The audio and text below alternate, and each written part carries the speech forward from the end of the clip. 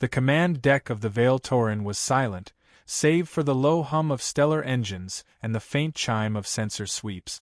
High Admiral Surath Valuan lounged on his obsidian throne, talons drumming idly on the armrest. Before him, the planet turned in slow, serene rotation, a modest Terran colony called Far Reach, marked in council records as agricultural, primitive, emotionally unstable. He squinted at the view as though offended by the sheer dullness of it. "Remind me again," he drawled, "why we're wasting antimatter on this dirtball?" Captain Luthane stiffened at his post. "Standard compliance sweep, sir.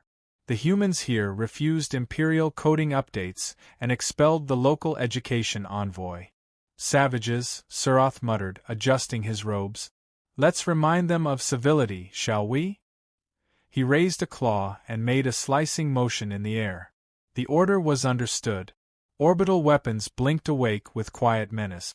Moments later, beams of sterile blue lanced through Far Reach's cloud cover, incinerating the colony's infrastructure. No shields. No defense systems. No retaliation. A bored voice from the tactical console. Complete sterilization confirmed. No significant resistance logged. Surath yawned. One might begin to wonder if these humans are even worth the theatrics. Laughter rippled across the command deck. Surath waved his hand, bored with the scene already. The humans had been amusing a few cycles ago, fiery, irrational, stubbornly proud of their archaic weaponry and philosophical contradictions. Now they were just disappointing. Too small. Too disorganized. Too late to matter. A nearby console beeped. The communications officer glanced up. "New directive from the Council, Admiral." Surath raised a browridge. "Please, let it be something challenging." The officer hesitated. "It's Earth, sir. High Command has authorized Operation Terminal Nest. Full subjugation of the homeworld." The room quieted. Even Surath sat forward slightly. "Earth," he repeated, tasting the word. "They've ignored 3 surrender mandate. The Council sees it as the final act of compliance enforcement." Surath grinned, a rare expression that twisted his reptilian features. "Finally. Perhaps the humans have left their best gamepiece for last." The fleet entered Sol space with triumphant flair, banners of ion light unfurled across the void like peacock feathers. 70 ships of the line, 6 dreadnoughts, and an escort wing of drone carriers, all overkill by any measure. Surath had insisted. He wanted Earth to witness the scale of their insignificance. And yet there was nothing. No defense grid. No orbiting stations. Not even civilian traffic. "Scan again," he ordered, voice low. "Already did, sir." Repeating now, still nothing. Planetary signals are minimal. Mostly civilian comms. Agriculture. Urban infrastructure. No military signatures. Surath stood slowly, his eyes narrowing. "Are they surrendering in silence?" A voice crackled to life across open channels. It was calm, clear, unmistakably human. "You have entered Sol without consent. This incursion is recorded. We accept your declaration." A pause. Captain Luthane frowned. "Accept our?" Then the stars blinked. Objects shimmered into visibility around Earth. Thousands. Orbital platforms, disguised as debris fields, activated in unison. What had looked like a harmless moon station extended vast metallic limbs, kinetic lance arrays. The asteroid belt rippled and shifted, revealing camouflaged launchers embedded deep within the rock. "Targets locking," barked the tactical officer. "Sir, we are surrounded." "Impossible," Luthane hissed. "They have no."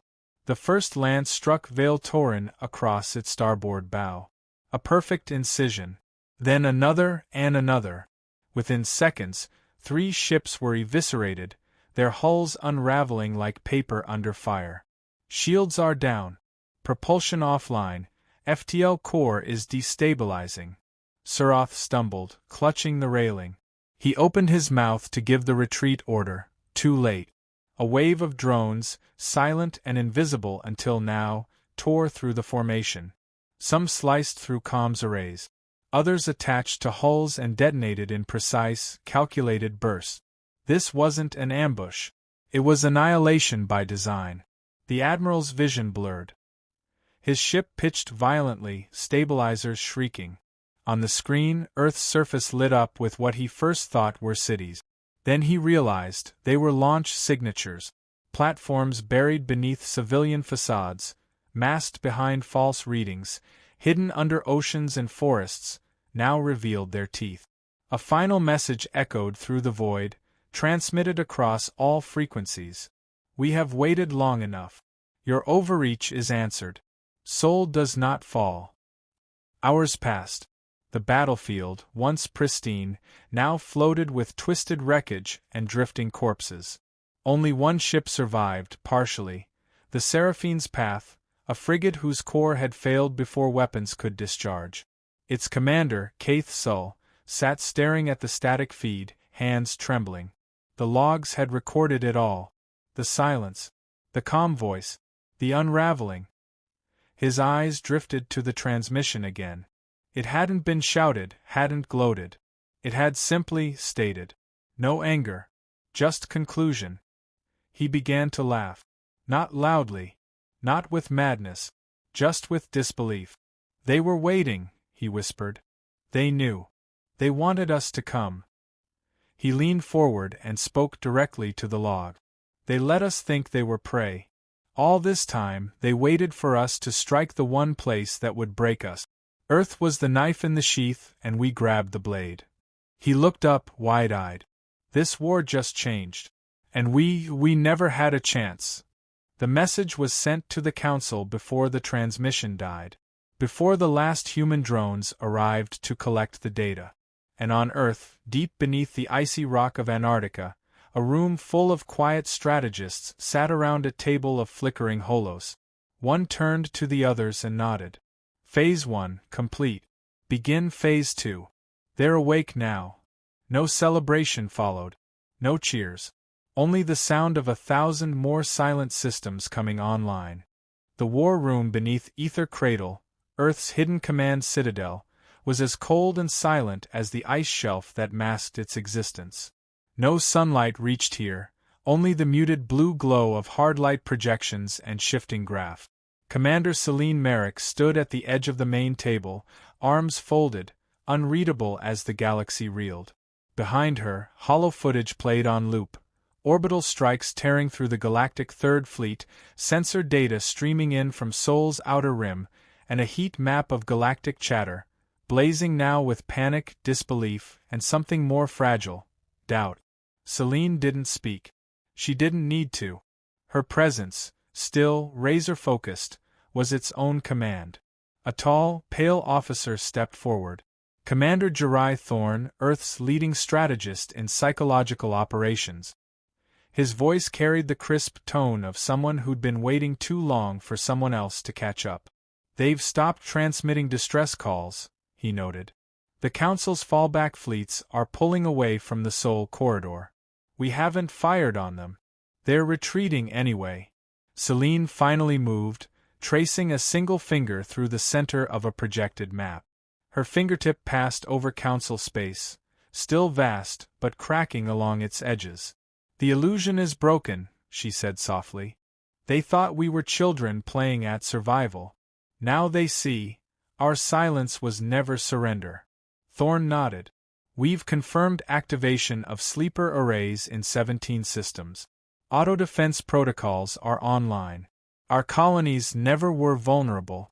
They were veiled. And the fleet? She asked, not looking up. Fully deployed across 6 vectors. No sign of counter-assault. They're watching now. Studying us. Questioning everything they thought they knew.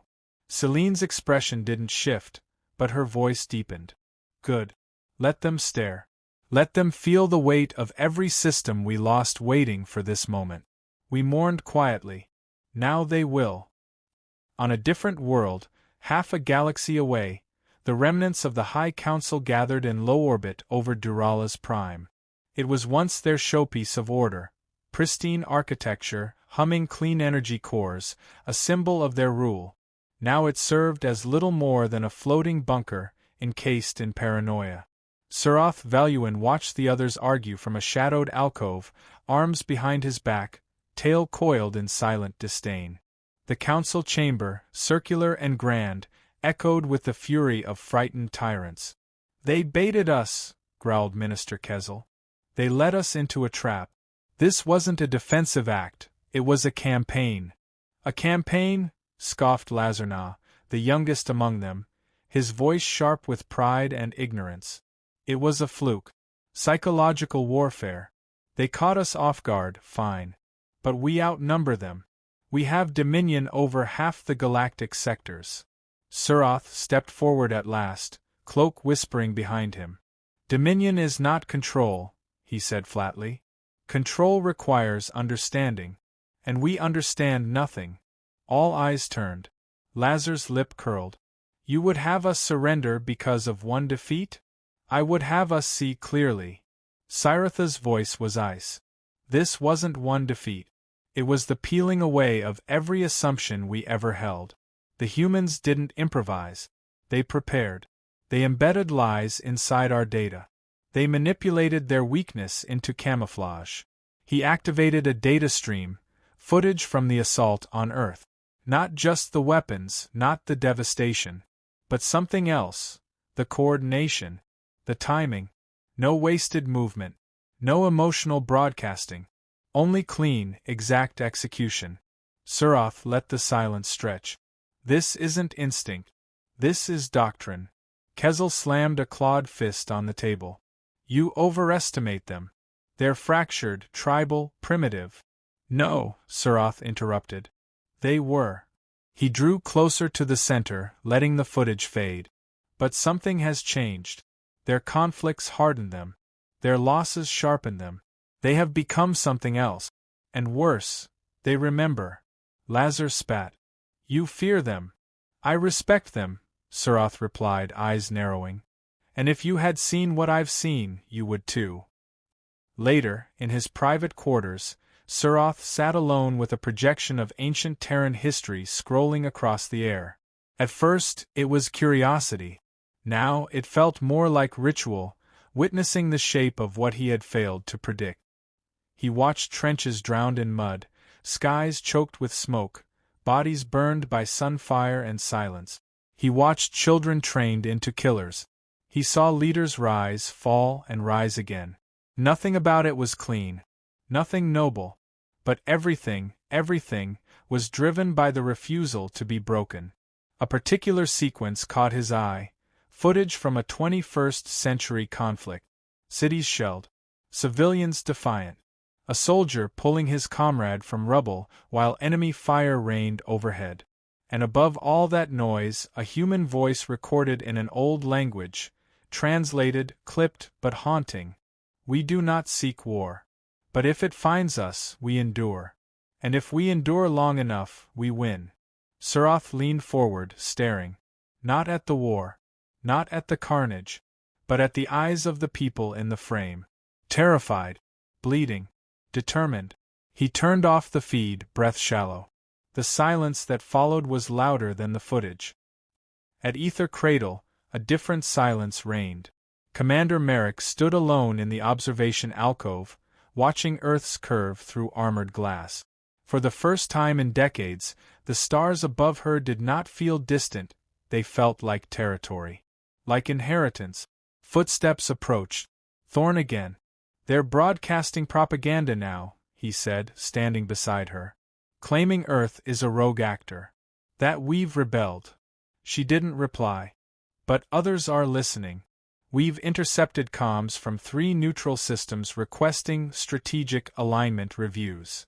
That's diplomat speak for, how do we avoid being next?" Still no response. He glanced at her. Was it worth it? Selene didn't look away from the stars. "Ask me when it's over." He gave a quiet nod, then turned to leave. Just before he stepped out, she said, "They'll fight back. Of course they will. But not because they think they can win. Because they must believe it. And us." She turned then, her gaze sharp as obsidian. "We stopped believing in peace a long time ago. But that doesn't mean we've forgotten why it mattered. He held her eyes for a moment, then left her with the quiet hum of Earth's still-arming sky. In orbit, the human fleets drifted, silent, still, terrifying in their restraint. They made no declarations. They did not march forward. But every second they held position was a message of its own. This was not vengeance. This was the balance redrawn. Wormholes tore open the stars. They bloomed without fanfare, graceful distortions in space, ringed with light, like petals of a collapsing flower. From each, sleek hulls emerged in disciplined silence. Not the clumsy steel of human myth, but vessels of matte black alloy, angular and precise, moving like thought. One by one, they slipped into real space without a sound. No warning. No announcement. Just arrival. Above the council fortress world of Borealis Threx, the sky darkened under their sudden presence. Civilians and soldiers alike looked upward, not at an invading fleet, but at a message written in silhouette. You are not safe. Not anymore. The defense grid flickered to life. Planetary shields buzzed with reactive hums. Fighters scrambled, panicked voices screamed through open comms. Too late. The first strike wasn't physical. It was silence. All outbound communications from Borealis Threx died at once. Every frequency jammed. Every signal looped into a mirror. Council ships found their commands lagged by fractions of seconds, just enough for chaos to bloom. Admiral Virek Denthal, commanding the 6th Reserve Armada, stood in the central control dome, eyes wide as enemy positions populated across the holomap. Impossible, he whispered. They shouldn't be here. There's no FTL lane to this sector. They didn't use one, a technician said numbly. They folded space, like precision wormholes. Virek's fists tightened. Fire everything. On the outer perimeter, orbital cannons lit up in waves of red plasma and high-velocity shard round. Earth's fleet didn't flinch. Their ships shimmered and phased, repositioning mid-barrage, slipping between trajectories as though they knew the attack pattern seconds before it happened. Because they did. Human warriors predicted targeting before the Council operators touched their panels. Every shell missed. Every beam fired into absence. Then came the real attack. Human ships didn't aim for glory. No broadside salvos. No impressive crescendos of destruction. Instead, they surgically removed functionality. First power relays, then sensor arrays, then oxygen recyclers. Council dreadnoughts, built for domination, were reduced to drifting tombs within minutes. Not one exploded. Not one left a martyr. Just silence. Always silence. In the war room on Ether Cradle, Commander Marik watched through a tight beam feed, expression unreadable. How long until total systems paralysis? Thorne asked beside her. 7 minutes, she answered. 10 if they counteradapt. He nodded. They won't. She didn't argue. Back on Borealis Threx, Admiral Virek's console blinked. A single message appeared in old standard Terran text. This is your disengagement threshold. Surrender now and your population will be spared. Continue resistance, and we will proceed to irreversible measures. There was no voice attached. No tone. No emotion. Only terms. He stared at the words as the lights in the dome flickered, then dimmed. One by one, Council officers removed their headsets, their weapons, their medals. Not from orders, just from the quiet knowledge that none of it mattered anymore. Across the galaxy, similar scenes played out like echoes of a closing door. In the Kalesh system, 3 Council-controlled colonies lost all orbital support in under 90 seconds. Human stealth satellites, silent for years, activated simultaneously, unleashing precision disruption pulses. Weapons failed before they could be fired. Entire hangars locked themselves shut, overridden from nowhere. AI command nodes reprogrammed themselves with old Earth code. No bloodshed. No explosions. Just control, rewritten by an unseen hand.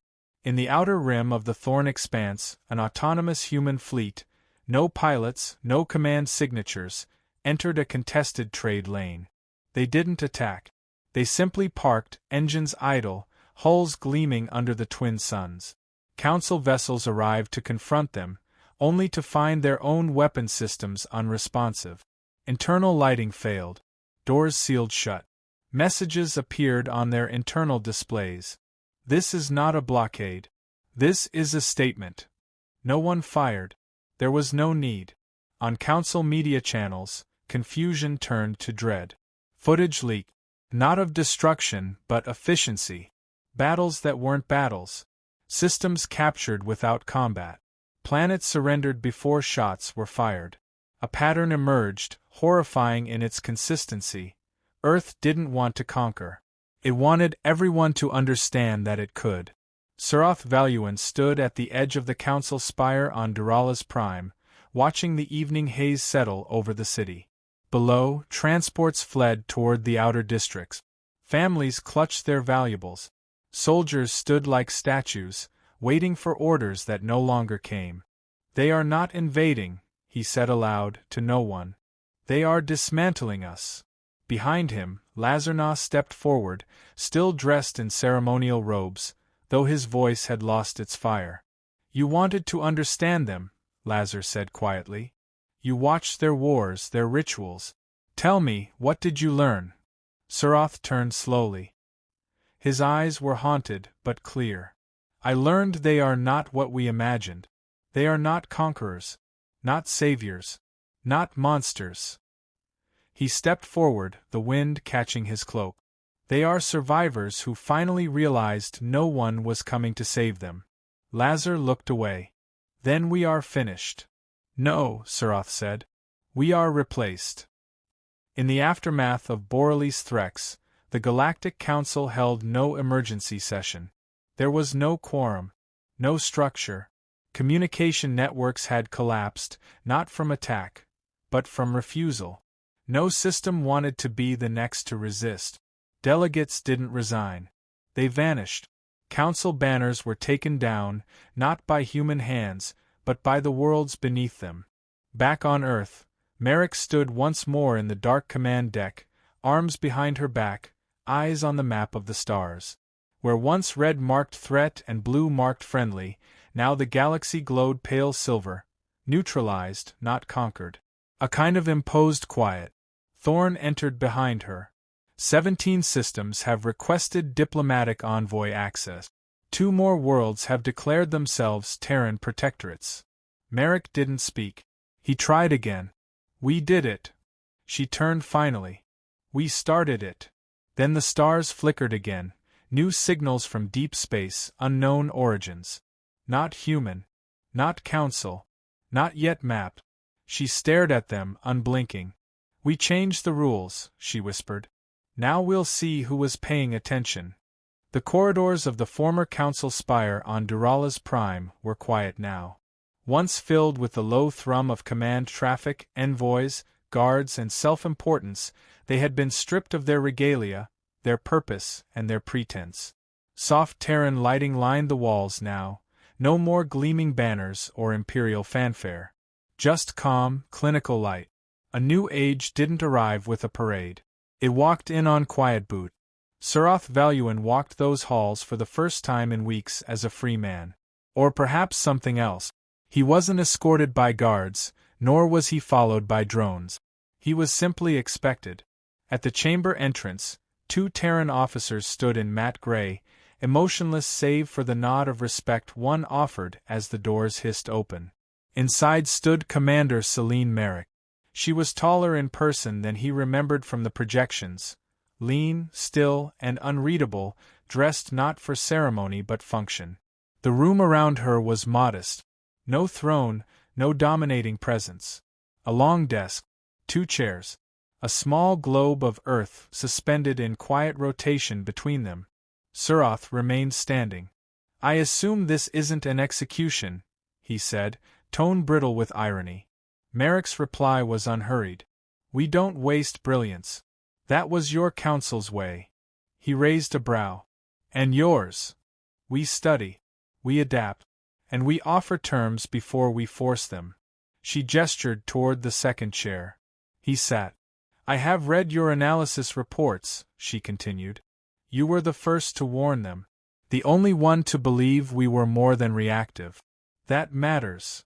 To whom? To the future, she said simply. Duralas will not be ruled by a Terran general. That would breed resistance. It will be governed, stabilized, by someone the people recognize. Someone who understands what just happened and why repeating it would be unwise. You want me to be a mouthpiece, he said flatly. No, she replied. We want you to be a bridge.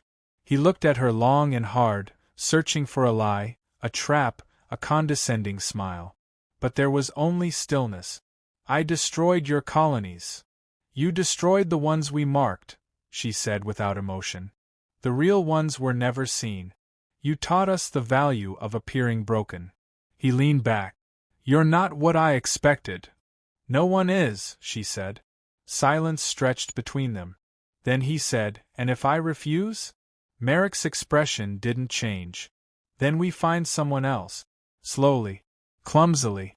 With more pain. But we will still succeed. The question is how many burn first. He thought of the shattered fleet. Of the billions who now feared the quiet hum of Terran ships appearing without warning. He thought of the archives. The human war footage. The faces. Finally, Surath nodded once. Then I accept. Not for loyalty. For consequence. Understood, she said. No smile. No handshake. Just motion. A bridge had been built. Across the stars, the new order took form like slow tectonic pressure. There were no imperial speeches, no flags raised on conquered soil. Instead, Earth's envoys arrived with data, blueprints, and quiet terms. Terran engineers helped rebuild cities damaged in the panic. In exchange, defense networks were altered, recoded, and mirrored back to Ether Cradle. Economic systems were stabilized with coordinated integration into the Terran supply net. Planetary leaders were offered new trade routes, twice as fast, half as expensive. The offer was always the same. We will not rule you. We will outlast you. Work with us, and we all survive. Some refused. They vanished. Quietly. Without fire or noise. The rest watched, listened, and complied. On Valari 3, a once fiercely independent border world, a child sat in a new classroom. The walls bore both Valerian and Terran flags, side by side. The instructor, an old scholar of the previous regime, taught from a new syllabus, rewritten in Terran standard. She asked the class, "Who can tell me why the humans stopped the council?" A boy raised his hand. Because the council tried to take Earth. And why didn't the humans destroy them? The boy frowned. Then, after a moment, because that would have been too easy. The teacher smiled faintly. Correct. In orbit over Earth, Marik stood in her observation alcove once more. The map before her had changed. Systems once marked hostile were now cooperative. Neutral worlds blinked softly in gold, newly aligned. Thorn entered. Governor Valuan has begun reconstruction on Duralas. Civilian order is returning. Commerce is climbing. No resistance reports in 5 days. Marik nodded. And the signals beyond Rim Horizon? Still no identification. Movement patterns don't match Council design. Possibly extragalactic. She turned from the map and stared into the dark. We shattered the myth of Terran weakness, she murmured. We won't be underestimated again. Thorn hesitated. And if whoever's out there underestimates us? Marik's tone was absolute. They won't get the chance. She walked away without ceremony. The stars ahead were quiet. But nothing stayed quiet for long.